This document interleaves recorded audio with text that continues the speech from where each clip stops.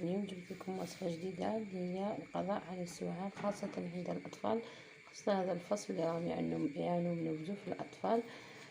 هي وصفة طبيعية. تكون هذه الوصفة باللفت، نجيبوا اللفت ديالنا، خاصة هذا اللفت اللي فيه لونين، اللون الأبيض واللون الوردي.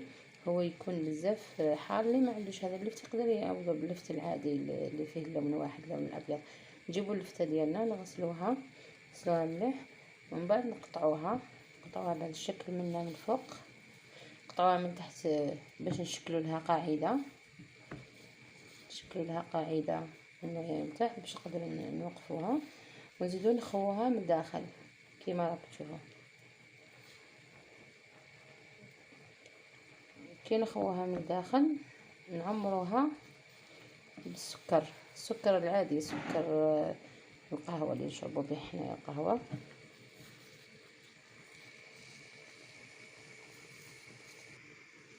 نعمروها بالسكر، نديرو لها كمية حتى تعمر السكر.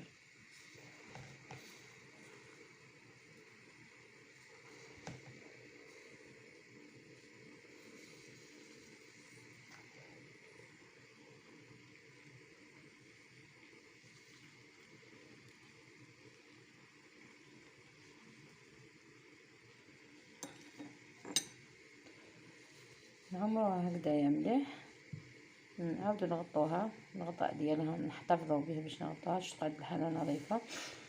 هنايا نخلوها من الصباح للعشيه، نشربوها في الليل ولا نديروها في الليل حتى غدوه من هذاك الصباح. غدوه من هذاك كي نحيوها نلقاوها ولا الى ولات سائله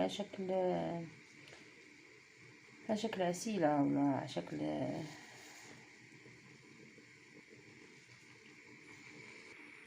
انا راح نوريكم بعد نصف المده كيفاش ولا.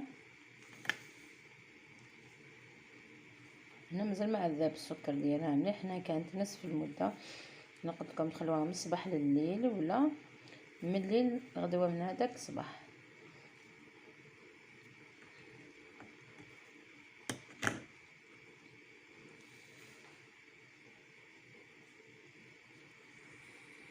دوك نوريكم بعد ما جازت المده كامله كيفاش ولا السكر ديالنا. هنا السكر يساعد اللفت باش تطلق الخصائص ديالها. شوفوا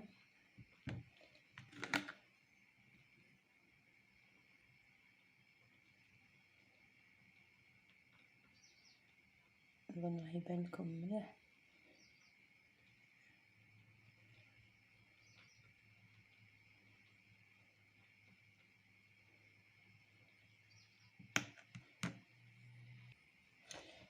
في هذه المرحله في الليل اذا كي جا حيرقد اعطيله يشربو. اذا كان طفل تحت عامين اعطيله يشربو هكذا، ما تزيديلو حتى شيء. اما اذا كان فوق عامين زيديلو 10 قارص، نصف حبه قارص كامل عصريها.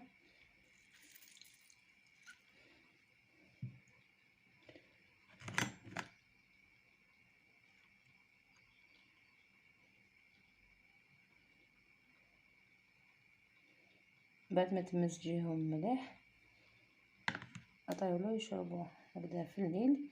بعد ما يشربوا زيدي عاودي عمريها بالسكر، عاودي غطيها باش تقعد حافظي عليها نظيفه. غدوه من هذاك الصباح كي ينوض جا على الفراغ قبل ما يشرب الحليب ديالو اعطيلو يشربو. صدقيني هذه الوصفه كي تشوفي وليدك غير بدا يسهل اعطيها له، داومي عليها بلا ما تحتاجي تروحي للطبيب. تم باذن الله يروح له السهله. وما هذا الوصفه وراها لي بابا الله يطول في عمره، اعتمدتها للاطفال ديالي، ان شاء الله تعتمدوها انتكم. دوك المزيد من الوصفات ان شاء الله المره الجايه نوريكم وصفات على دياري للاطفال، المزيد من الوصفات. ما تنساوش الاشتراك باش يوصلكم كل جديد، والى اللقاء.